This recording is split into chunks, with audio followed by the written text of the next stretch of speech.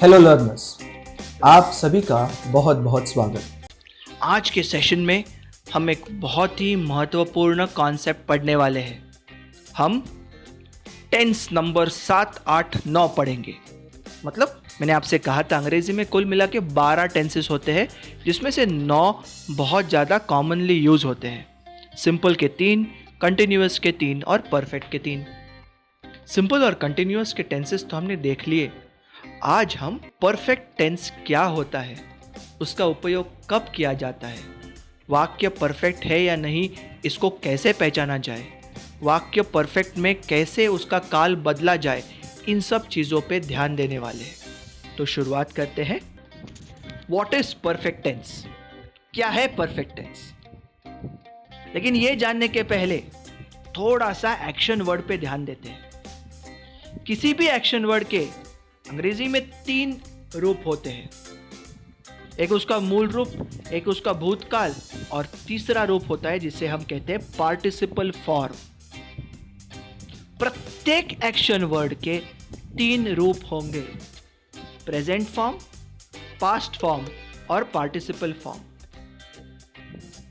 Stand, stood, stood.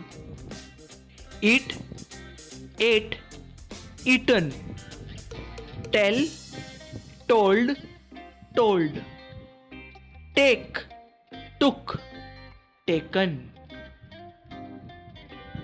Action word का अर्थ जानना उतना ही जरूरी है जितना कि उस एक्शन वर्ड का भूतकाल यानी पास्ट रूप क्या है और तीसरा यानी पार्टिसिपल रूप क्या है। पार्टिसिपल रूप अगर आपको पता नहीं तो आप परफेक्ट टेंस का वाक्य कभी भी बना नहीं पाएंगे। अब चलते हैं कि परफेक्ट टेंस है क्या।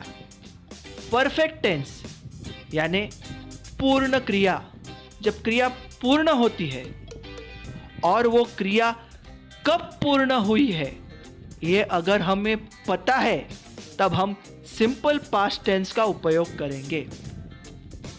लेकिन जब क्रिया पूर्ण हुई है ये हमें पता है, लेकिन एग्जैक्ट कौन से समय पर वो क्रिया पूर्ण हुई ये जब हमें पता नहीं है तब हम परफेक्ट टेंस का उपयोग करेंगे।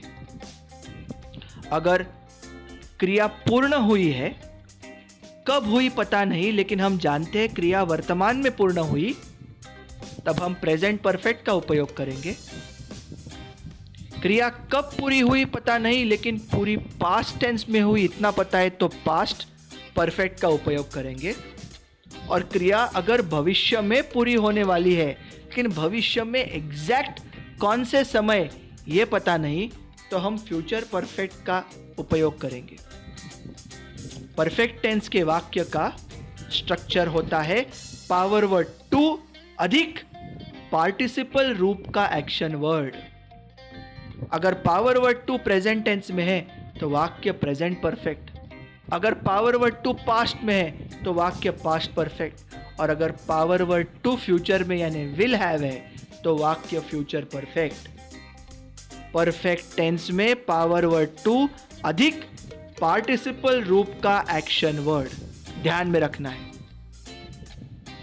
और तीसरी और सबसे महत्वपूर्ण बात, हिंदी वाक्य को देखते ही क्या हम ये पहचान लगा सकते हैं कि वो वाक्य प्रेजेंट परफेक्ट है, पास्ट परफेक्ट है या फ्यूचर परफेक्ट है?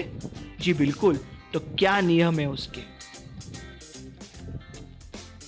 वाक्य का आखिरी शब्द है, था या होगा, इन तीनों में से अगर एक है और इन तीनों शब्द के पहले आया हुआ शब्द क्रिया दर्शाने वाला भूतकाल का शब्द है, सोया, खाया, पिया, बैठा, कहा, लिया, दिया, तो ये वाक्य जो आपका हिंदी वाक्य है वो परफेक्ट टेंस का वाक्य है। अगर वाक्य के आखिरी 2 शब्द है, दिया है इस शब्द के कारण प्रेजेंट, दिया के चलते परफेक्ट, दिया है इंग्लिश में हो जाएगा हैज गिवन या हैव गिवन। कहा था मतलब पास्ट, कहा भूतकाल, तो पास्ट परफेक्ट हैड टोल्ड। खाया होगा, होगा फ्यूचर, खाया पास्ट, तो ये future perfect will have eaten. तो हिंदी वाक्य को देखना है, आखिरी दो शब्द देखने हैं। आखिरी का शब्द है था या होगा, इन तीनों में से एक, और अगर उसके पहले आया हुआ शब्द पास्ट टेंस में का क्रिया दर्शाने वाला शब्द है तो ये वाक्य परफेक्ट टेंस का है। प्रेजेंट परफेक्ट हो गया तो पावर वर्ड टू प्रेजेंट में और एक्शन वर्ड परफेक्ट फॉर्म में या पार्टिसिपल फॉर्म में। पास्ट परफेक्ट का आपका हिंदी वाक्य है तो अंग्रेजी वाक्य में पावर वर्ड टू पास्ट में होगा और एक्शन वर्ड पार्टिसिपल फॉर्म में होगा। और अगर आपका हिंदी वाक्य फ्यूचर परफेक्ट में है तो अंग्रेजी में power word two will have होगा और जो एक्शन वर्ड है वो पार्टिसिपल फॉर्म में होगा। तो ये था परफेक्ट टेंस का थोड़ा सा वर्णन। डियर लर्नर्स, उम्मीद करता हूँ कि आज के टॉपिक्स आपको फायदेमंद लगे होंगे और आज कुछ आप नया सीख के यहाँ से वापस जा रहे हैं। तो अगले सेशन तक सभी को good bye, see you soon.